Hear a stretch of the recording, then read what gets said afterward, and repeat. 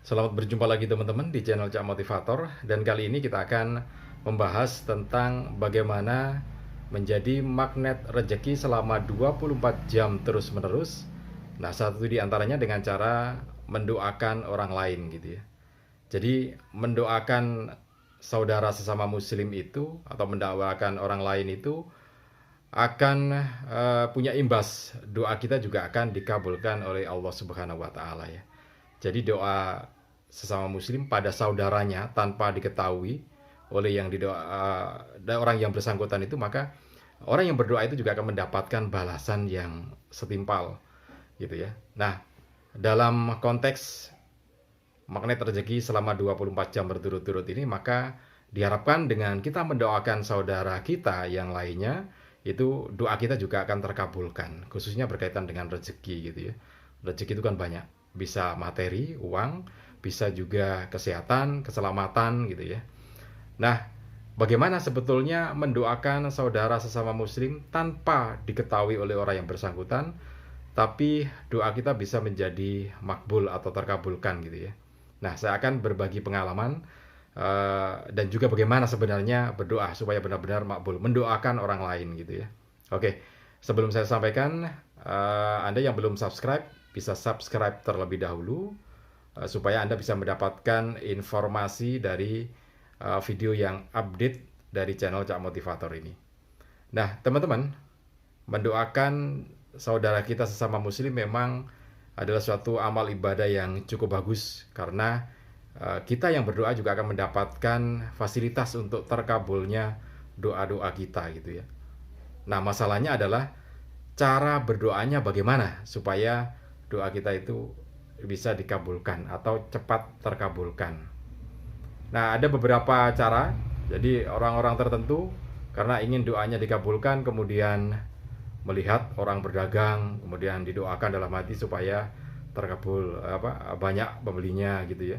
Kemudian berjalan lagi ketemu dengan seorang peminta-minta, kemudian kita berdoa lagi supaya orang tersebut mendapat rezeki, dengan harapan kita juga dapat rezeki gitu ya. Kemudian kita bertemu lagi dengan orang yang sedang sakit, terus kita berdoa juga untuk dia supaya dia segera sembuh, kita juga dapat pahala kesehatan yang lebih baik lagi gitu ya. Nah, tapi apakah memang dengan cara berdoa semacam itu yang kita akan dapat imbas bagusnya gitu ya, mendapatkan pahala baiknya itu? Apakah memang seperti itu?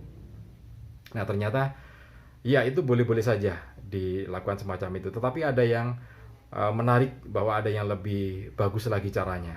Nah, saya akan berbagi pengalaman nanti biar bisa dianalisa oleh Anda sendiri dan kita analisa bersama-sama ya. Jadi begini ceritanya, ada seorang teman yang sore hari pada waktu Isya itu ditelepon anaknya yang sedang mondok dan akan melakukan ujian sudah melakukan ujian untuk bisa menjadi pengajar di pondokan itu ya. Tapi mintanya doanya itu jam 7 sesudah Isya gitu ya, sudah Isya. Nah, bingung ini teman saya. Gimana berdoanya? Pengumumannya besok gitu ya. Doanya minta barusan, kemudian ujiannya sudah selesai gitu. Nah, bagaimana caranya? Malamnya tinggal ujian ini wawancara gitu ya. Gimana supaya bisa ini ya, bisa lolos gitu ya. Mendadak sekali, bingung juga. Nah, akhirnya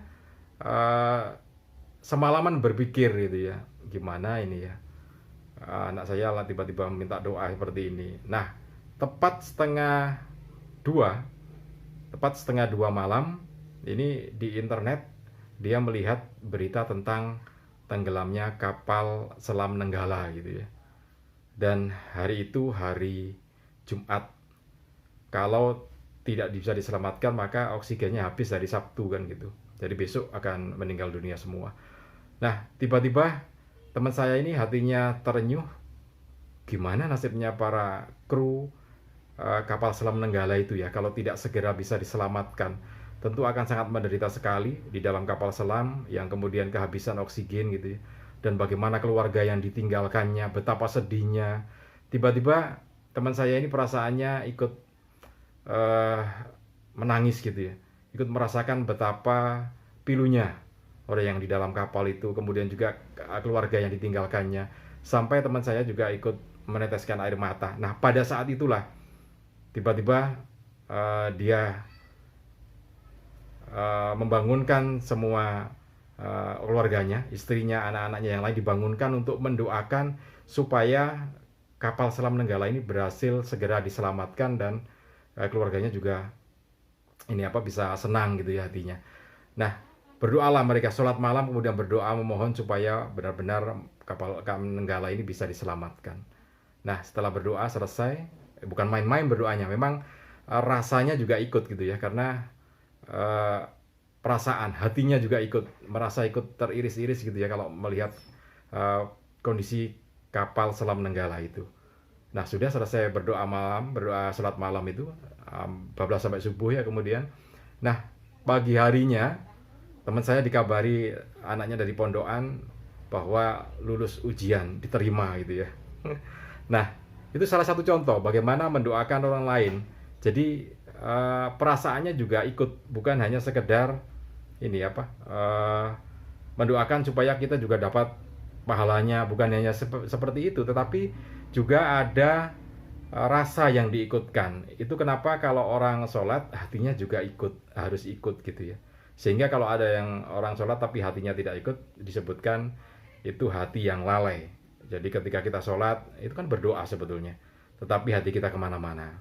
Kita sholat pikiran kita kejemuran, kita sholat pikiran kita ke rencana kerja berikutnya seperti apa. Kita sholat kemudian ingat pekerjaan kita. Nah, itu hati yang lalai gitu ya. Nah, bagaimana sebenarnya berdoa itu ya seperti teman saya tadi itu. Jadi rasanya juga ikut, hatinya juga ikut. Nah, berdoa semacam itu yang insya Allah sangat besar kemungkinannya terkabul gitu ya, dan sangat cepat sekali. Nah, karena itu mendoakan orang lain adalah salah satu cara untuk doa kita terkabulkan. Tetapi tadi perasaan harus ikut, tidak boleh dibuat-buat. Ya tentu saja boleh mendoakan orang lain gitu, tetapi yang lebih afdol itu kalau perasaan, emosi kita juga ikut. Nah, banyak sebetulnya contoh-contoh yang semacam itu ya. Karena itu memang harus dibiasakan kita punya empati kepada orang lain, harus dibiasakan kita punya kepedulian terhadap orang lain, sehingga nantinya perasaan kita juga ikut terbawa, ikut terharu juga, kemudian ikut berdoa, ikhlas doanya ya, bukan karena pamrih supaya doa kita terkabulkan, tetapi benar-benar ikut merasakan kepedihan orang yang menderita itu, sehingga kita juga tanpa terasa emosi kita, perasaan kita juga ikut berdoa. Sepanjang sholat itu kita merasakan betapa sedihnya keluarga mereka gitu, sehingga kita juga ikhlas mendoakan. Nah, doa semacam itu yang insya Allah dikabulkan, lebih dikabulkan lagi dibandingkan dengan doa yang ada pamrihnya tadi ya, pamrih pahala.